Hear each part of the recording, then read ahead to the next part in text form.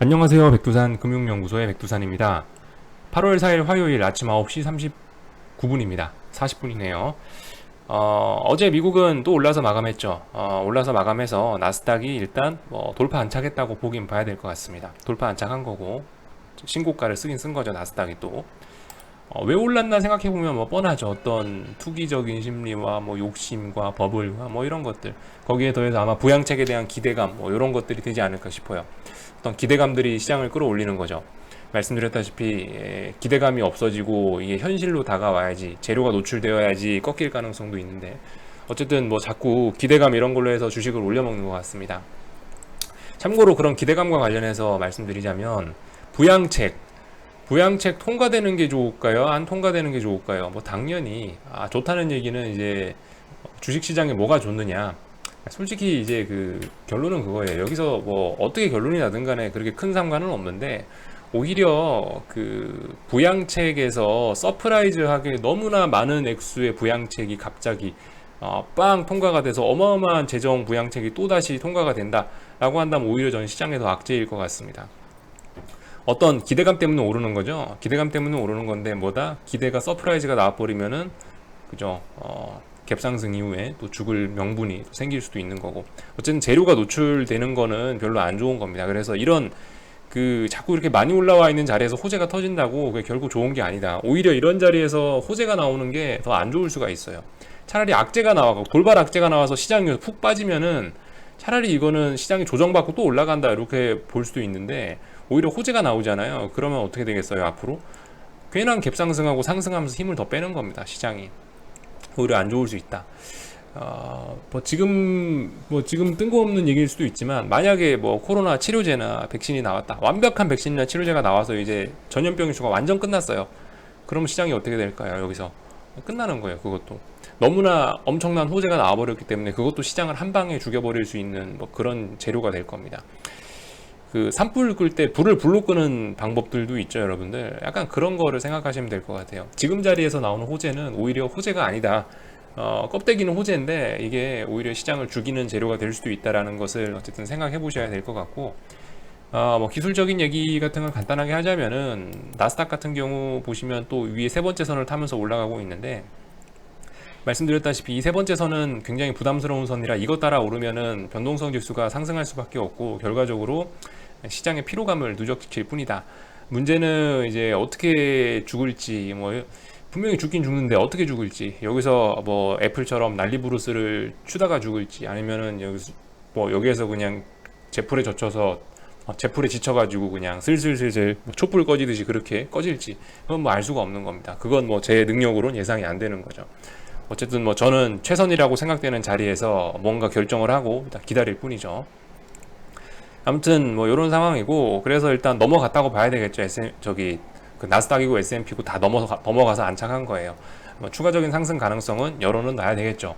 추가적인 상승 가능성 열어놔야 되는데, 어쨌든 쉽지 않다라는 거죠. 워낙 많이 달려온 피로감이 쌓여있기 때문에, 원래 그렇잖아요. 이게 그 시장 원래 그 기술적 분석상 어떤 지지나 저항을, 중요한 자리를 넘으면 어떻게 돼요? 그러면 빵 튀고 그러는데, 요즘에 어떤 그런 것은 구경하기가 좀 어렵다. 이런 것들을 좀 말씀을 드릴 수가 있을 것 같고, 그래서 나스닥 지수 변동성 같은 거를 좀 잠깐 보면은 이런 모습이다. 변동성이 계속 살아난다.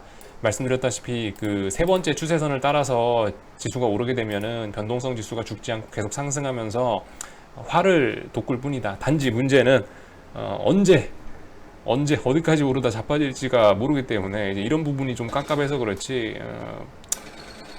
저는 어쨌든 갈수록 확신이 들고는 있습니다. 그리고요, 애플 얘기를 조금 하도록 하겠습니다. 사실 요즘 시장 특징이 다 그래. 최근 한 목금, 최근 한 2, 3거래일, 최근 일주일, 요렇게 생각을 해보면은 요즘 시장의 특징이 이럴 수 없는 종목들이 이렇게 움직이고 있어요. 우리 상식적으로 지금까지 주식시장을 봐왔을 때 1000억, 2000억짜리 종목이 하루에 상한가를 가고 이런 거는 흔히 봤지만, 2000조짜리 종목이 이렇게 장대양봉의 거래량을 띄우는 거는 잘 보지 못했지 않습니까? 그죠? 이거 진짜 전 세계 주식시장 하는 전 세계 투자자들이 처음 보는 이런 모습들일 거예요. 이런 모습들이 요즘에 많이 나타나고 있다. 말도 안 되는 대형주들의 장대 양봉과 거래량이 터지고 있다. 어떤 자리에서 어떤 뭐 정고점을 넘어가거나 굉장히 많이 올라와 있는 자리에서 이런 모습들을 보이고 있다. 뭐 어제 한국장에서 삼성 SDI, LG화학 뭐 이런 종목들, 뭐 카카오, 네이버 이런 종목들. 미국에서는 지금 현재 아마존 같은 종목이 이런 모습을 보이고 있죠. 아무튼 심상치 않은 거예요. 이런 모습이 이게 대상승으로 가는 거라고 생각하기는 좀 어렵죠. 만약에 이 차트를 거꾸로 뒤집어서 본다라면은 마치 3월달과 비슷한 모습이라고도 볼 수가 있을 수 있습니다. 대충 이런 식으로 한번 보세요. 3월달의 그림, 그리고 이게 왜 이렇게 3월달의 그림하고 여기 최근의 그림하고 그죠? 약간 좀 이 차트를 뒤집어 놓고 보면 비슷한 감이 없지는 않다. 이런 생각들 해보셔야 되겠습니다. 자, 아무튼 뭐 이 답은 미래에 이제 나올 거고 지금으로선 그냥 이제 추측만 할 뿐이다. 다만 이제 제가 분명하게 생각하는 거는 이 자리에서 뭐 주식을 추격 매수할 땐 절대 아니고 저는 어쨌든 무슨 일이 있어도 이제 주식을 위쪽으로 매수는 하지 않을 겁니다. 무슨 일이 있어도 아무리 돈이 있어도 그렇게 하진 않고 뭐누누이 말씀드리지만 저는 최선이라고 생각하는 자리에서 뭔가 베팅을 했고 이제는 뭐 기다리고 있을 뿐입니다. 마음 편안하게. 저는 애플 시초가 여기에서 인버스를 산 사람이죠. 근데 일단 요만큼 더 올라온 상태네요. 애플이 꺾이는 게 중요할 것 같아요. 어쨌든 지금 상황에서 가만 보면은 이 뭔가 살아있는 종목이라고 한다면은 애플과 페이스북 정도가 이제 유일하지 않을까 싶어요. 미국에선. 살아있다라는 거는 정고점 돌파해서 이렇게 아직 위쪽에서 놀고 있는 종목들, 정고점 위쪽에서 놀고 있는 종목들을 살아있다라고 표현을 하고 있는데 그런 종목은 애플하고 페이스북밖에 없다라는 거죠. 두 종목 남았습니다. 근데 일단 애플 같은 경우 어제 이렇게 윗꼬리가 일단 그래도 좀 달리는 모습, 더군다나 8월 첫 거래일부터 이렇게 갭으로 뛰어가면서 이렇게 올리는 모습은 제 생각에 이게 별로 건전하지는 않다라는 겁니다. 갭으로 이렇게 띄우면 텀벙텀벙 이렇게 그냥 넘어갔는데 중요한 자리를, 더군다나 여기 얼마다 395 이 자리를, 중요한 자리를 갭으로 텀벙 넘어가 버렸는데 빠질 때도 텀벙텀벙 빠지게 될 겁니다. 아무튼 그런 얘기는 지금 할 때는 아닌 것 같고, 그래서 오늘 밤엔 뭘 하냐, 오늘 밤에 미국이 할 것은 그겁니다. 애플이 어제 저점과 고점을 이렇게 만들어 놨죠. 이 저점과 고점을 이렇게 만들어 놨는데 요 자리를 테스트할 거예요. 요 자리를 테스트할 겁니다. 왜냐면은 어제 일단은 심심찮은 매도가 나와서 윗꼬리를 달았기 때문에 이 자리에 대한 어떤 저항에 대한 테스트를, 저항이 얼마나 되는지를 오늘 밤에 테스트할 거예요. 여기서 밀리느냐 더 오르느냐가 결정이 되겠죠. 뭐 오늘 밤도 물론 추가로 이렇게 갭 상승으로 해서 또 신고가로 쓸 수도 있는데 어떤 이슈가 있고 뭐 그럴지는 솔직히 잘 모르겠습니다.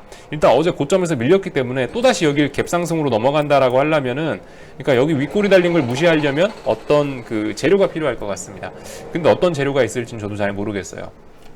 만약에 오늘 밤에 뭐 부양책이 뭐 깜짝 통과된다, 그래서 또 갭상승했다, 그러면은 뭐 넘어갈 수 있을지도 모르겠지만 일단 지금은 그런 이슈 말고는 솔직히 어떤 이슈가 있을지는 잘 모르겠고, 그래서 이 페이스북 같은 경우는 제가 말씀드린 대로 이런 식으로 테스트를 하는 거예요.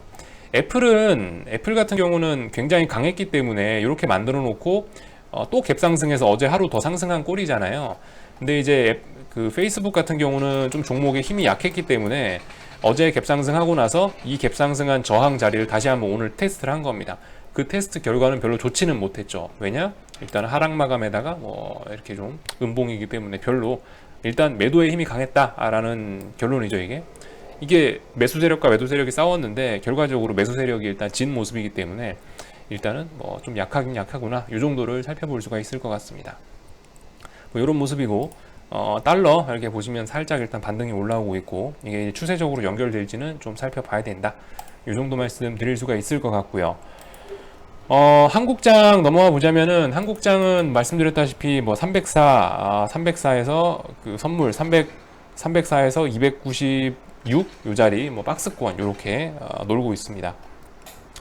제 생각에 근데 넘어가기 쉽지 않을 것 같아요. 콜옵션 이거 보면서 뭐 몰라요. 한 번 더 쏘더라도 전 솔직히 이제 별로 뭐 관심 없습니다. 어떻게 될지. 자꾸 뭐 화만 돋구는 거죠. 여기서 만약에 또 올라간다 그러면 또 위에 있는 이 세 번째 선을 맞고, 결과적으로 그러니까 여기서 오르게 된다면 뭐겠어요. 다음번에 레벨업은 요 위에 있는 또 선에 터치하는 거겠죠. 그렇게 되면 어떻게 될까요? 또 변동성 지수도 올라가면서 이제 폭등은 폭락을 부릅니다. 뭐 솔직히 언제 빠질지 얼마나 오를지를 알 수가 없는 게 지금 깝깝한 상황인데, 솔직히 요즘에 이제 제가 말씀드렸다시피 최근 특징이 뭐냐면은 어떤 대량 거래의 뭐 장대 양봉 이런 것들이 최근 시장의 좀 특징이라고 할 수가 있겠는데 나 그런 모습들이 나오고 있다는 것 자체가 시장 상황이 일단은 뭐 갈 때까지 갔다라는 점을 말을 해주는 거겠죠. 실제로 어제 LG화학 같은 거, 예. LG화학이 내일 할 일은 뭘까요? LG화학이 내일 할 일은 만약에 이렇게 마감을 했다면 오늘 만들어 놓은 고점과 오늘 만들어 놓은 저점을 또 테스트하겠죠. 저항이 얼마나 되는지 이런 부분을 테스트할 겁니다. 어쨌든 오늘 선물 봐야 될 점은 이제 304를 넘어가느냐 마느냐 이런 점들을 보시면 될 것 같고, 풋옵션 쪽에서는 또 다시 참사가 발생을 하고 있네요. 또 다시 반토막이 났네요. 옵션이 보통 요 정도 하면은 옵션 보면서 드는 생각인데, 지금 오늘이 이제 화요일이잖아요. 네, 옵션 반등하는데 시간이 제법 걸리기 때문에 이번 주는 하락 없을 것 같고, 이렇게 되면은 기껏해야 이제 고점을 잘해봐야 고점을 확인하는 정도를 이제 거칠 것 같고, 만약에 풋옵션이 뭐 살아나게 된다라면 운 좋으면 만기주, 그죠? 빠르면 만기주 이 정도가 될 것 같네요. 일단 오늘 이렇게 오늘 보시면 이렇게 저점을 박살내 버렸기 때문에, 저점 박살내면서 또 풋옵션이 죽어버리고 있기 때문에 이거 살아나려면은 또다시 시간이 걸린다. 일단 이번 주는 글렀다라는 거 생각하시면 될 것 같고, 무슨 일이 생긴다면 이제 다음 주로 뭐 넘어가야 된다라고 말씀드릴 수가 있겠습니다. 물론 뭐 미국 시장이 갑자기 뭐 급락하고 그러면 어쩔지 모르겠지만은, 일단은 현재 한국 상황만 봐서는 이번 주에 일단 풋옵션이 살아날 일은 없겠다. 오늘 이렇게 됨으로 인해서. 만약에 뭐 오늘 시장이 갑자기 급락해갖고 얘가 양봉으로 쭉 올라오면 모르겠는데, 솔직히 분위기상 그럴 상황은 아니고, 지금 종목 오르는 거 보면은 오늘 코스피 640 종목 오르고 있기 때문에, 전 종목 다 오르고 있기 때문에 오늘은 뭐 원웨이로 보니까 계속 오르면 올랐지 뭐 빠질 일은 없을 것 같습니다. 일단 하여튼 이렇게 뭐 쳐다보고 있으면 될 것 같고, 글쎄요, 다른 얘기 뭐 드릴 게 더 있나 모르겠네요. 네, 일단 여기까지만 하면 될 것 같습니다. 궁금한 거는 리플 남겨주시고요. 저녁에 뵙도록 하겠습니다.